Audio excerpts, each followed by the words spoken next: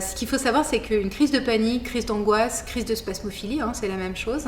C'est terrifiant pour celui qui la vit, mais c'est pas dangereux physiquement pour sa santé. Donc on reste calme, on parle lentement, on parle distinctement parce que la personne elle peut avoir les oreilles qui se bouchent ou des choses comme ça, comme symptômes.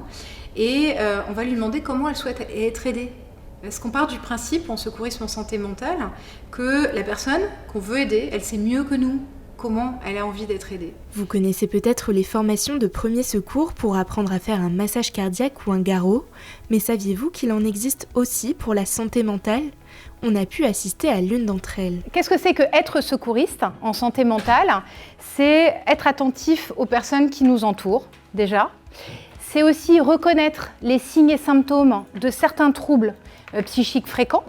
Donc on a vu ce matin le trouble dépressif. Et puis, c'est acquérir des gestes adéquats pour venir en aide à une personne qui souffre d'un trouble psychique, qu'elle soit en crise ou hors crise. Veolia s'engage pour sensibiliser à la santé mentale auprès de ses collaborateurs, notamment en multipliant ses formations. Une action pionnière en faveur du bien-être au travail. Que des grandes entreprises comme Veolia, qui représentent des milliers et des centaines de milliers de salariés, s'investissent à ce point dans la santé mentale et dans le secourisme en santé mentale, c'est donner l'exemple aussi. C'est important parce que j'ai envie de dire que tout le monde doit s'y mettre. La santé mentale est devenue un enjeu majeur en termes de santé publique. Une responsabilité de l'entreprise de promouvoir et de protéger la santé mentale de ses salariés. Cet management par le care, par la bienveillance, c'est quelque chose qui va être extrêmement important pour la façon comment nous voulons construire l'entreprise de demain. Et nous voulons être précurseurs. Elle va permettre de retenir des talents, d'engager les salariés et les managers et d'avoir une ambiance de travail qui plaît à tous ceux qui travaillent chez Veolia. Si nous arrivons à cet objectif, nous arrivons à avoir une entreprise où tout le monde veut travailler.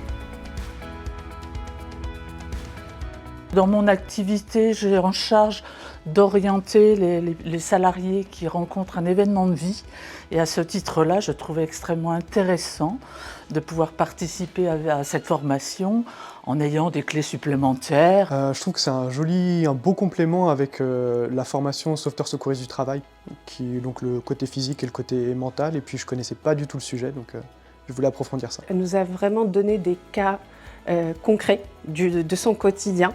Donc ça m'a parlé. Je recommanderais cette formation à tout le monde, au plus grand nombre, parce qu'on ne sait pas si on va être exposé à une situation un jour, c'est bien de savoir comment réagir, parce qu'il faut déjà avoir expérimenté, avoir au moins des notions théoriques pour savoir comment bien réagir à ces situations.